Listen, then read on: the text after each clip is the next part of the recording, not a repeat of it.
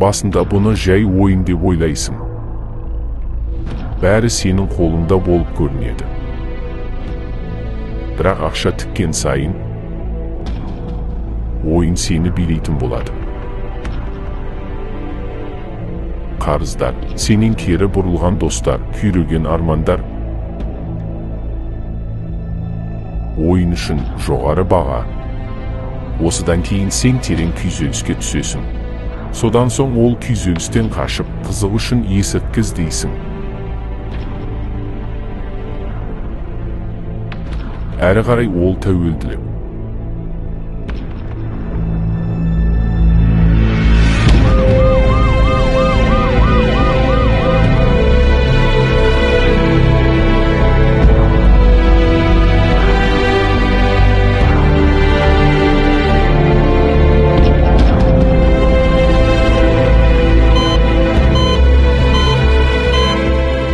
Senin әр қадамың, әр таңдауың, әр түрлі салдарға келеді. Құмар ойындар мен есірткіден бас тарт. Сенің таңдауың сенің болашағың.